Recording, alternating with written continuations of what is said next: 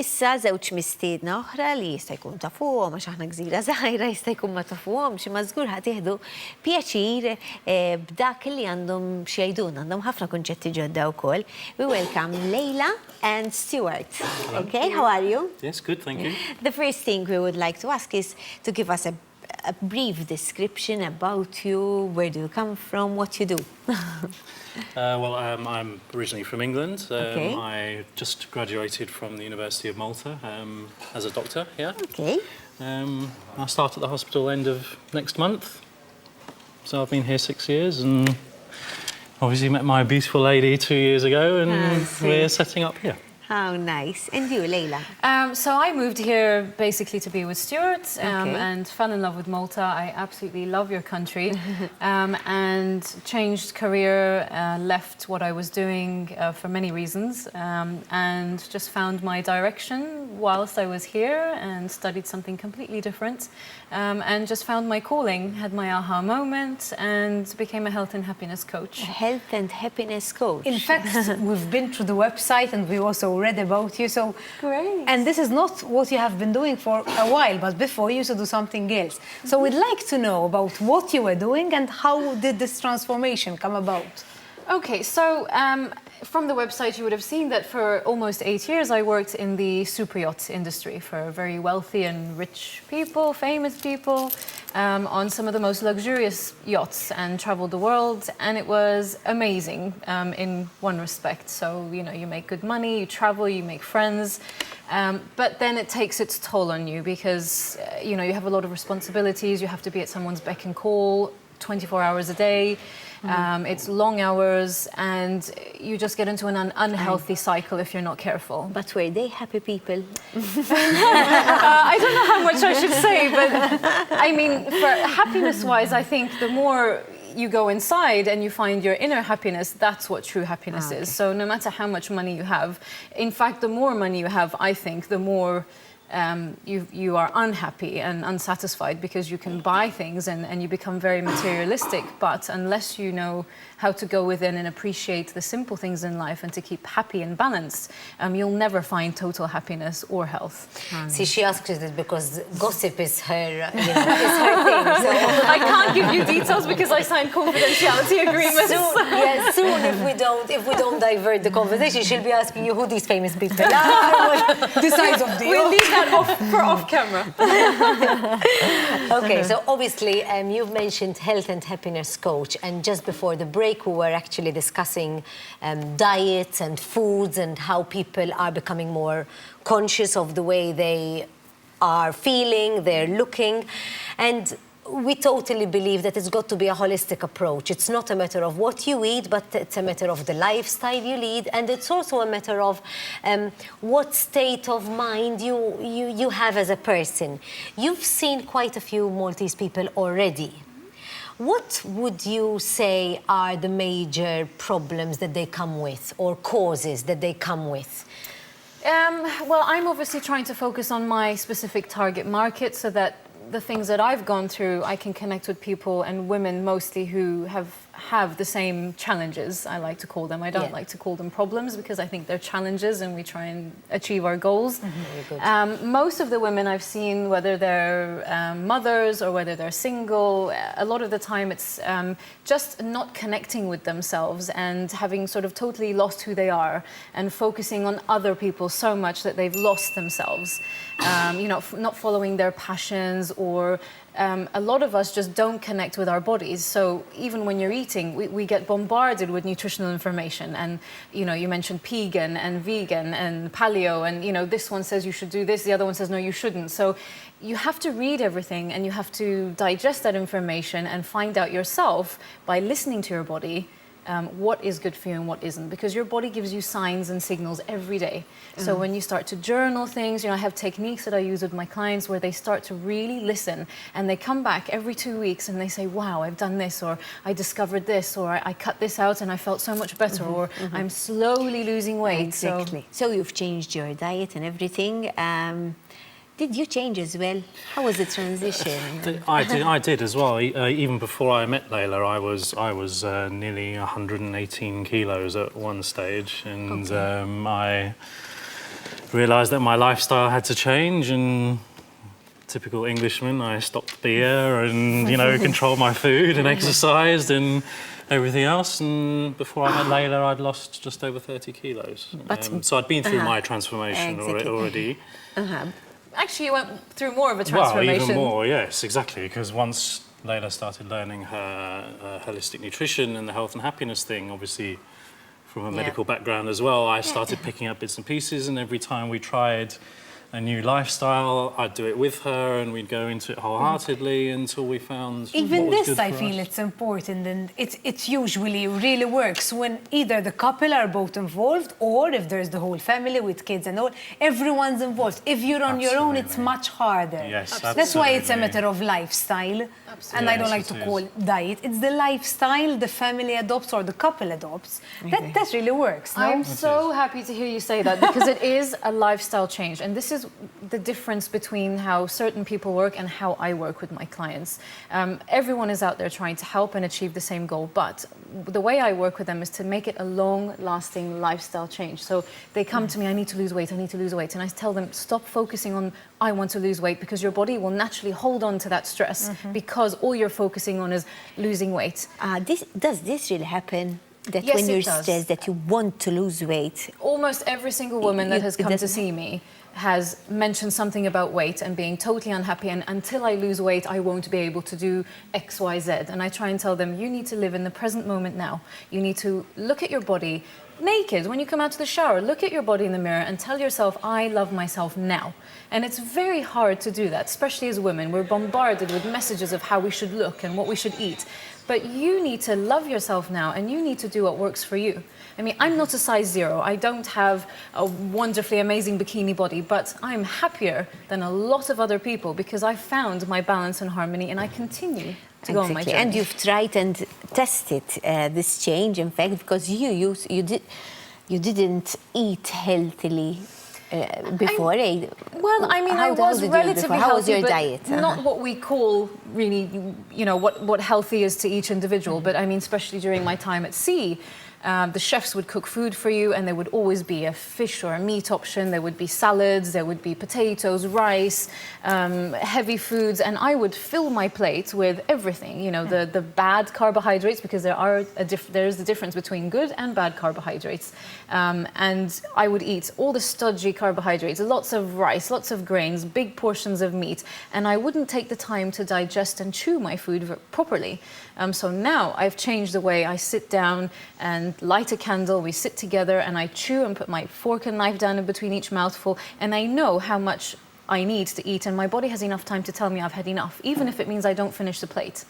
And before I would fill my plate a second time because I was rushing, going back to work, sitting at my desk, you know, all the bad habits that we have. It is a relationship. And when you read about it, once I read a while ago, and I was shocked to read that when you're eating in front of a TV or on the phone or I don't know what, your mind wouldn't even focus that you're eating, and you'll be hungry within the next minutes, because your mind wouldn't even focus that at that time you were eating. You were actually feeding your body. You were actually so everything is a learning process. I would really like to ask you, and I'm very curious about the relationship of both of you, how you have been marrying your knowledge from a medical background. And you are totally, you know, we're looking at a scientific person, and then we're looking at someone who is totally natural, sourcing out the right things. I've read on your website, even to heal yourself from a cold, you resort to these ingredients, whereas obviously you are used to the antibiotic and the, you know, what the doctors do. So this may be a little bit, you know, controversial, what you're about to say, but I really believe that unless the medical people relate to the natural people and the people who want to lead a natural lifestyle, and, you know, without being too stuck up in your own ways, I think this is where we can find a nice balance. So I'm really curious about your balance. I think it is very important. I mean, obviously, a doctor's training doesn't really touch too much on nutrition itself, and although they do teach that you have to look at a person holistically and not just look at a person as a disease or a condition, or, you know, just focus on that one thing. I have seen the benefits of doing things naturally. I was ill recently, in fact, and for 4 or 5 days we tried all natural remedies to try and cure. I had fever, I had the sore throat, I had the cough, I was, you know, being hot and cold, very, very bad. Okay, fine. As I'm a scientist, I did resort to antibiotics because after 5 days I hadn't got better and my tonsils went white and everything else.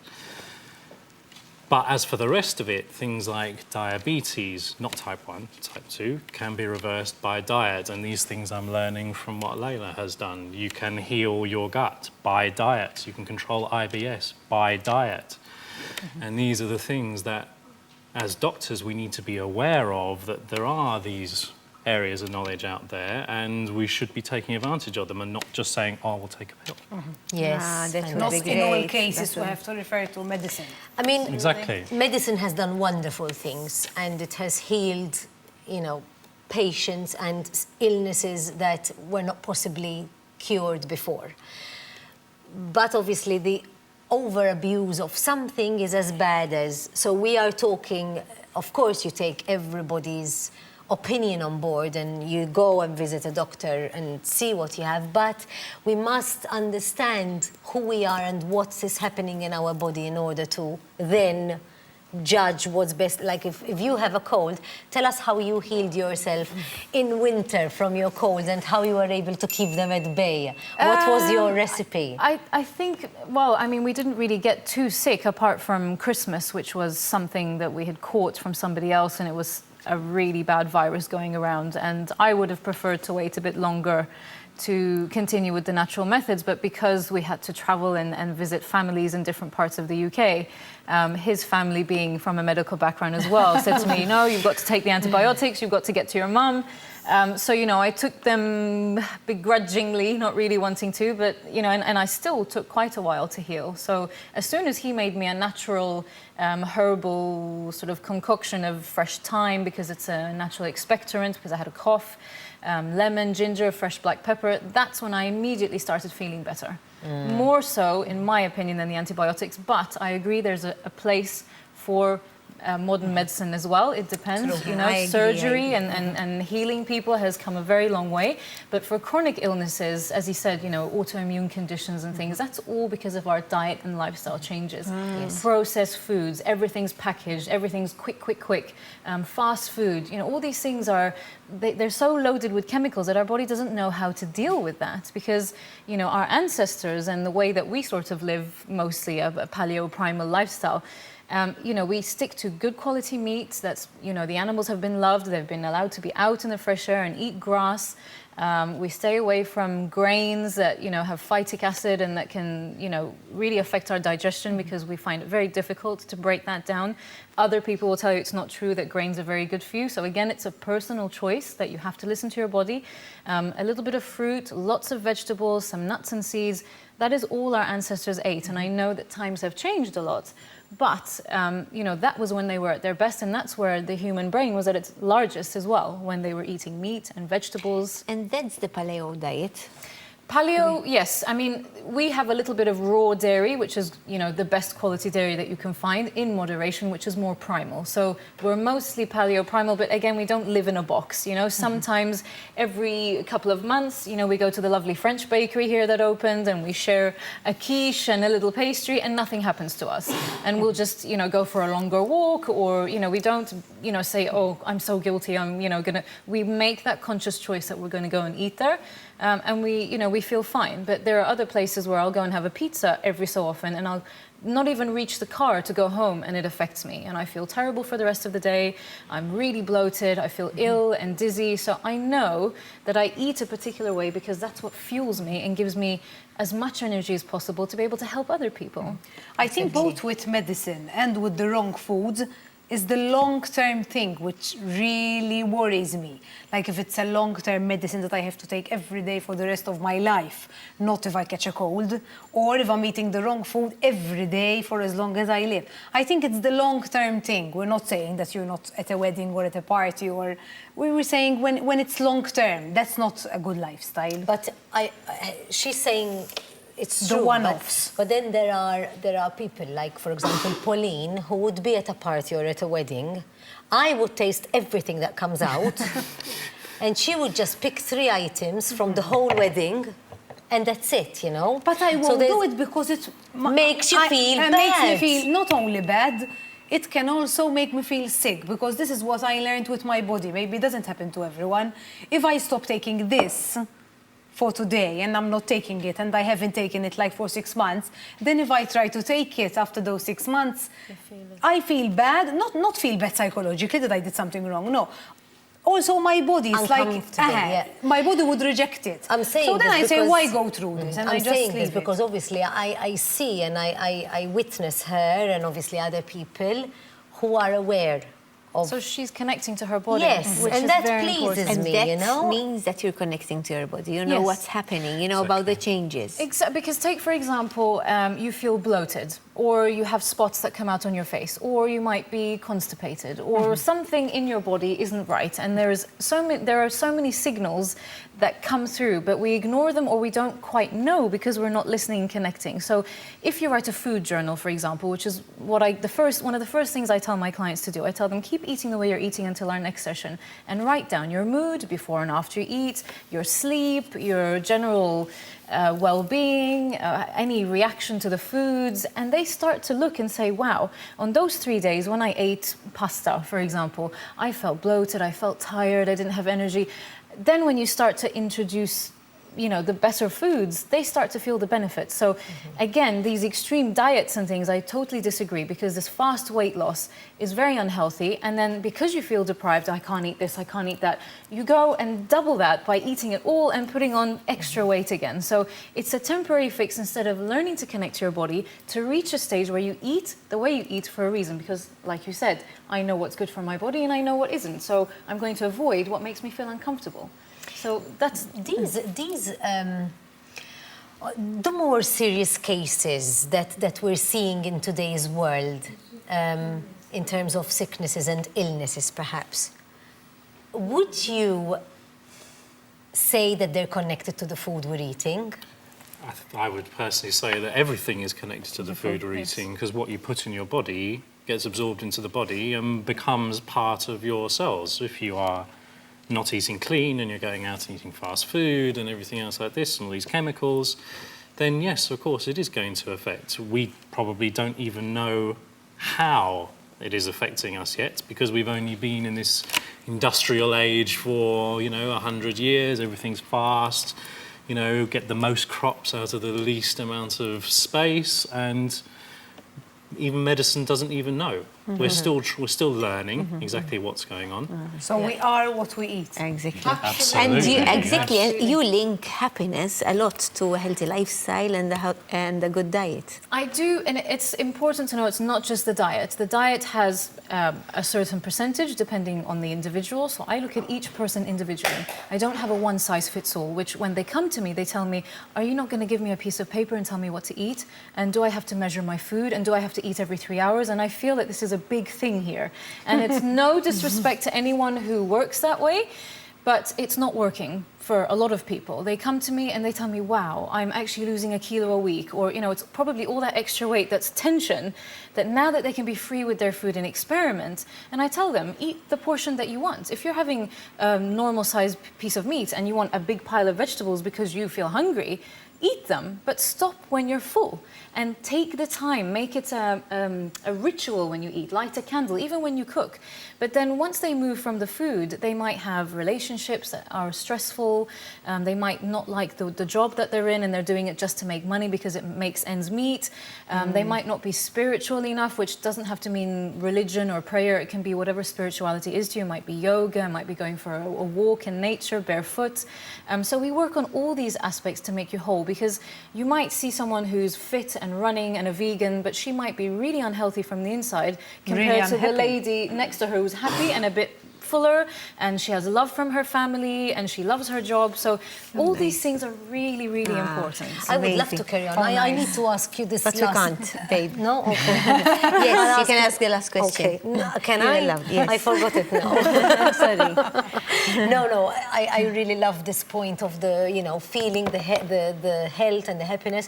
And I think it's really important that people connect to all these aspects of their life. I really wish it upon people that they take all these things into consideration before they actually want to look like this or like that.